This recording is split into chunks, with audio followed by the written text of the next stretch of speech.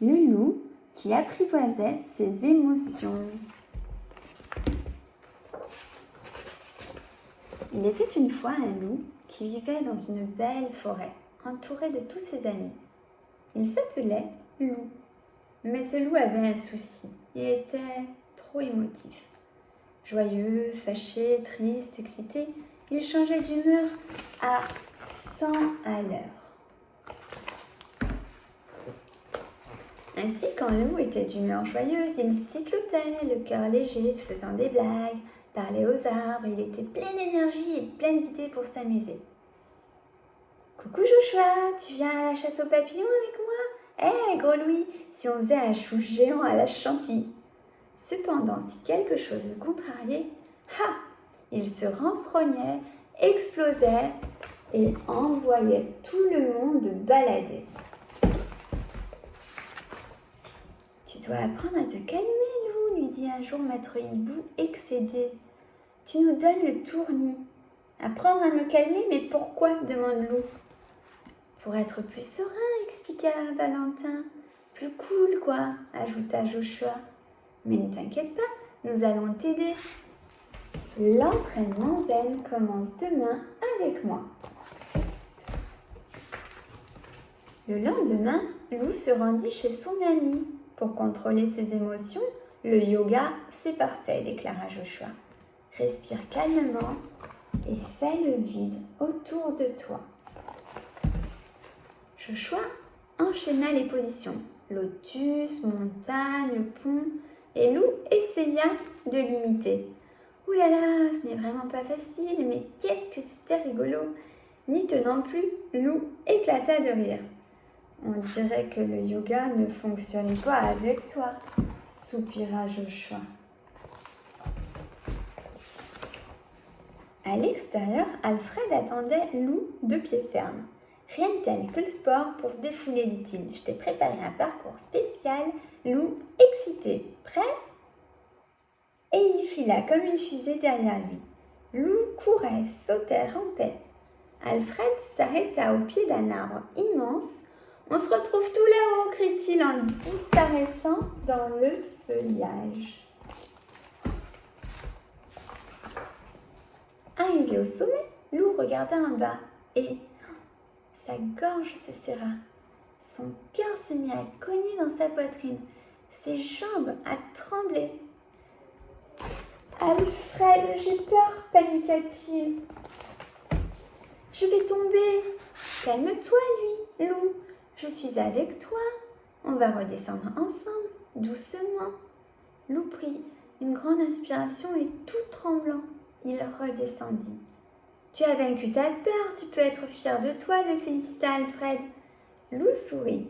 « Ah ça oui, il était fier de lui. » « Tout ceci m'a mis en appétit, se dit Loup. Cela tombe bien, gros Louis m'attend chez lui. »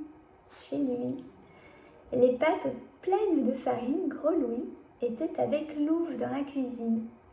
« Ils ont l'air de bien s'amuser, ces deux-là, » pensa Loup, jaloux. « Salut Loup, fit gros Louis. Aujourd'hui, on prépare des macarons. Pour réussir ces gâteaux délicats, il faut suivre la recette pas à pas et être très patient. C'est un bon exercice pour toi, n'est-ce pas ?»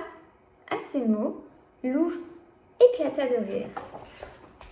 Loup sentit la moutarde lui monter au nez. Il devint tout rouge, tapa du pied et explosa. « C'est ça ! Moquez-vous de moi !» hurla-t-il, très en colère. « Je m'en fiche de toute façon. Je n'ai aucune envie de faire des gâteaux idiots avec des idiots. » « Voyons, Loup, que t'arrive-t-il » souffla Louve, stupéfaite. Mais Loup était déjà loin, grommelant dans sa barbe et donnant des coups de patte dans les arbres. Peu à peu, Loup ralentit son allure pour finir par se traîner comme un escargot, le cœur gros. Autour de lui, tout était devenu gris. Une larme roula sur sa joue.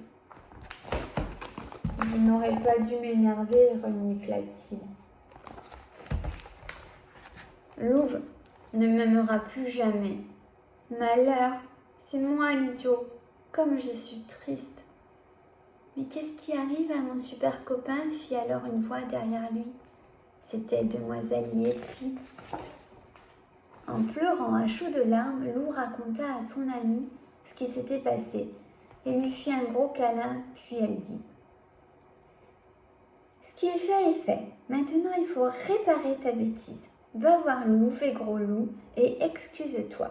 Tu te sentiras beaucoup mieux après. » Et si Louve ne veut pas me pardonner, fit Lou inquiet. « Qui ne tente rien n'a rien, répondit mademoiselle Yeti. Allez, file !» Tout honteux, Lou retourna frapper à la porte de Gros Louis. « Je vous demande pardon, les amis, fit-il. Je ne pensais pas ce que j'ai dit. Ce n'était pas gentil. »« Excuse acceptée, sourit Louve. » Lou et Louve se regardèrent. Des cœurs pleins les yeux. Ah, l'amour, s'émerveilla Gros Louis attendri. À table, mes amis, les macarons sont prêts. Lou applaudit. Il se sentait léger. Et il était affamé. Le lendemain, Lou avait rendez-vous avec Valentin. Quelle activité son ami lui avait-il donc préparée? En arrivant dans la clairière, Lou s'arrêta émerveillé. Devant lui se dressait une cabane magnifique. « Je l'ai construite hier, expliqua Valentin. Maintenant, c'est à toi d'imaginer ta cabane. Inventer. Tu verras, cela fait un bien fou. » Plus excité que jamais, Lou disparut dans la forêt. Il revint les bras chargés de branchages et se mit aussitôt à l'ouvrage. Peu à peu, une drôle de cabane sortit de terre. « Il ne me reste plus que la porte et j'ai terminé, » annonça Lou en fin de matinée. Lou posa la porte, elle coinça, il poussa et badaboum! La moitié de la maison s'écroula. « Tu fais les choses trop vite, Lou, se désola Valentin. » Aussitôt, Lou devint tout rouge, tapa du pied et il prit une grande inspiration. Fit 2 positions de yoga. Puis, calmement, se remit au travail. Quand il eut terminé, Lou se frotta les pattes, satisfait. « Youhou, les amis, je finis, appela-t-il. »« Ouah !» s'exclama Valentin, « ta cabane est incroyable. »« Et tu l'as terminée sans t'énerver » ajouta Maître Hibou. « Bravo, Lou !» Pour fêter ça, je vous invite tous à goûter à l'intérieur, sourit Lou. À vous l'honneur. Dans la cabane de Lou, c'était vraiment charmant. Hélas, ses copains étaient à peine installés que la pluie se mit à tomber. Dépilez les parapluies! Ordonna Lou ravi. Vous allez voir comme c'est joli. En un instant, la cabane se transforma en arc-en-ciel géant. Que d'émotions, applaudit Valentin. Cher Lou, tu nous en fais voir de toutes les couleurs, mais la vie est tellement plus drôle avec toi.